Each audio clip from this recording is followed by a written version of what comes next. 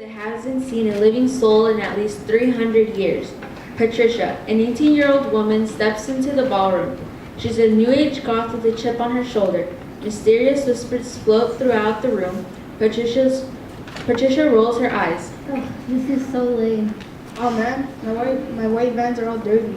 Back at it again. Suddenly, an eerie music box version of Twinkle Twinkle Little Star begins playing upstairs. Daniel, 18, happily steps into the frame. Whoa, that's my jam. Let's go upstairs. Whatever. The two make their way up a winding, super creaky staircase. They pass in front of a large photograph of a small boy holding a teddy bear. Daniel takes notice. Whoa, I didn't know Ted lived here. Whatever. As they continued upward, the eyes within the photograph followed them, tracking shots. As the two entered the dimly lit hallway, they find themselves among a row of closed doors. The lights flicker. Twinkle, twinkle, little star is getting louder. A door at every end of the hallway opens by itself. Patricia follows her, rolls her eyes, and walks ahead. Suddenly, a trap door opens below Daniel, dropping him out of frame. Patricia! Patricia is still staring ahead. What? No response from Daniel. Patricia scans around her surroundings and finds she is alone. Daniel? Daniel? Interior, basement, moments later. The room is filled with lights that flicker on and off at different intervals. Daniel's point of view.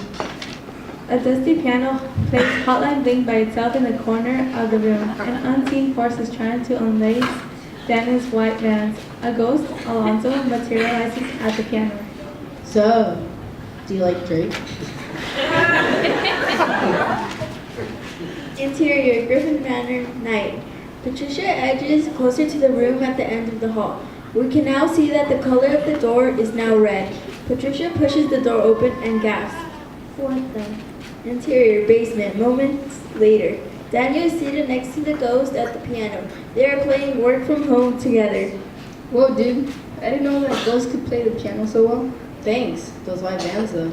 They both look down at his shoes. Oh, these old things? I got them from Evelyn. The ghost is still watching his shoes intently. Daniel starts to get a little uncomfortable. The ghost smirks. Interior, Griffin Manor, night.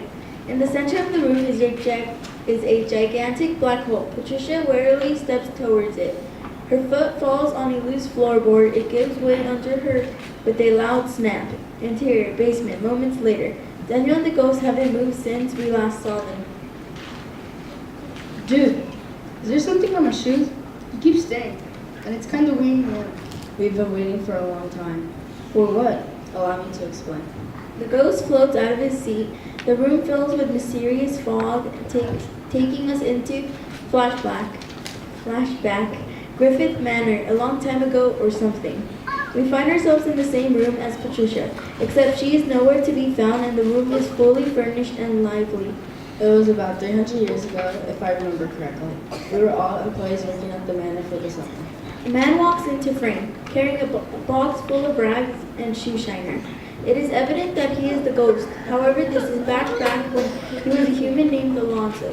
He looks wildly unhappy. I was a shoe shiner. Day after day, I would show up to work and clean on the shoes of the rich men who never worked a day in their lives. Kneeling and sweating, he finished shining a pair of magnificent Oxford shoes. He hands them proudly to Minister Griffith, 35. The man barely takes a look at them before he throws them back at Alonso and walks out the frame. I was filled with rage. Eventually, I had enough. After looking around to make sure the coast is clear, he snatches a pair of shoes. We follow him as he makes his way down to the basement. Without hesitation, he flings the shoes into the blazing fireplace.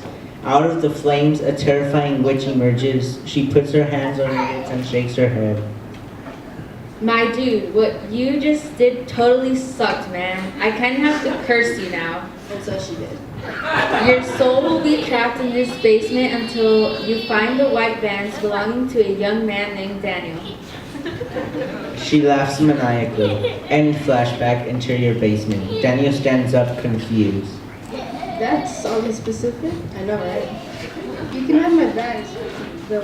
Evelyn gave me a lifetime supply. Really? Suddenly, Patricia falls from the ceiling into Daniel's arms. Patricia? Duh. Daniel sets Patricia down and starts taking off his shoes.